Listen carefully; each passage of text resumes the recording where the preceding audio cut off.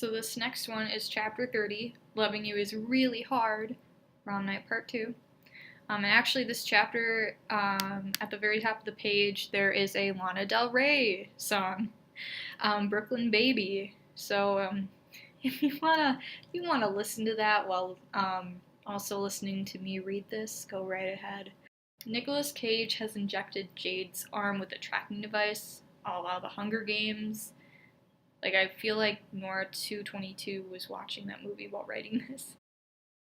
It's kind of like, one of those ankle bracelets for people under house arrest, if they take a step however many yards out of their, vicinity, the police come. It's kind of like that, only it detects when she's close to Jimmy, and if she is, the police will show up.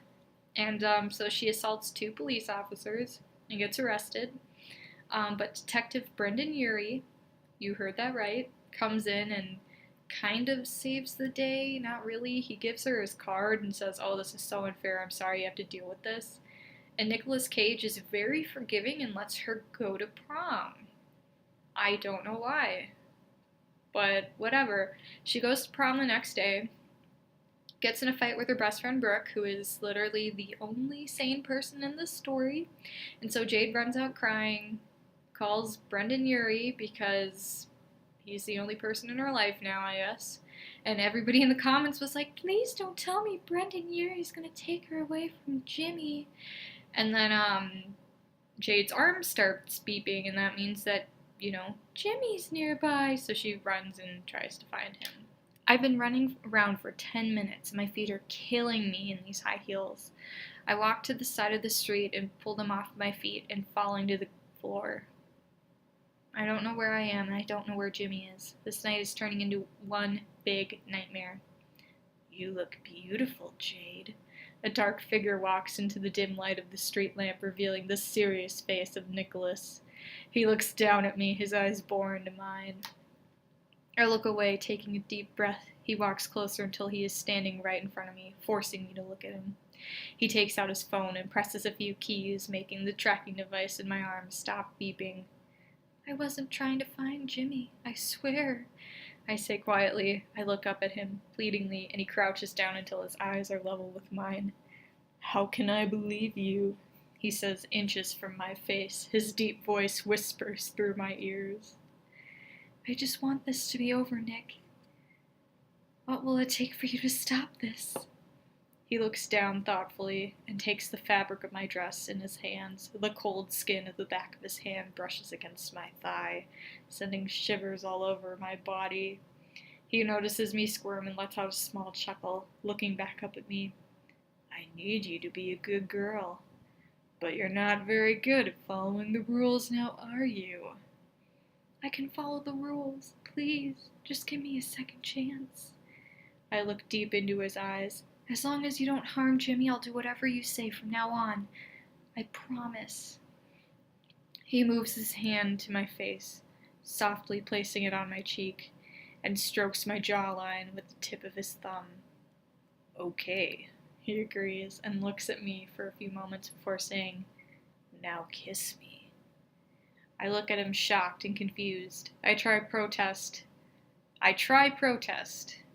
but he slams his lips into mine softly but violently, putting his other hand on my waist to pull me closer. I struggle to push away from his force as he opens his lips, exploring my mouth with his tongue. Nick, I mumble through the kisses, but he ignores it and pushes his chest against mine. I manage to turn my head to the side, making him stop. He tries to catch his breath, looking at me, his grip around my waist becoming tighter. Tears prick from my eyes, and he tilts his head, facing me back to him. "Wait, slow down," I say before he tries to kiss me again. He sees apostrophe S. The fear in my eyes, and stops before his lips meet mine. "I'm sorry," he sighs. "I needed you to know how I feel about you." I start breathing heavily, scared and confused of the feelings between this guy I'm supposed to hate. His hands slides down from my face, and onto my chest, feeling my heart thudding violently. I already know you don't share the same feelings, and I know you will never be mine. He pauses, looking down to where he has placed his hand on my chest. I know we should go back to the way things were, because no one can know about this. Hiding the feelings was hard, but loving you is harder. He looks back into my eyes, seeing the way he looks at me creates a lump in my throat.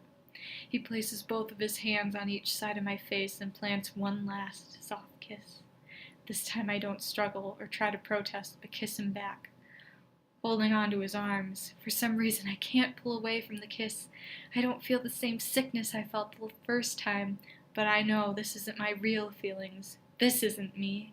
We hear a crash from behind us, making our lips part.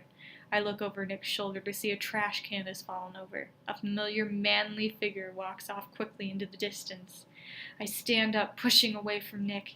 He looks at me confused as I walk past him, looking down the street, still being able to make out the same figure further down the road. I ignore Nick's calls and run down the dark street after the unknown person. I reach the guy and grab his shoulder, turning him around forcefully. A stunned old man faces me. Can I help you? He asks, sounding disgusted by the way I grabbed him. I look around confused. I swear I thought I saw Jimmy. Sorry, I thought you were someone I knew. The guy turns and walks back in the same direction in a huff. I look over at the other side of the road and see a shadow of someone watching me. I start walking towards it, but get pulled back. Jade, what was that about? Nick shouts. I ignore him and focus on the shadow. The man comes out from the dark and walks towards us. It's Jimmy. He looks at me as if he doesn't know who I am, then gives the same look to the man clung to my side.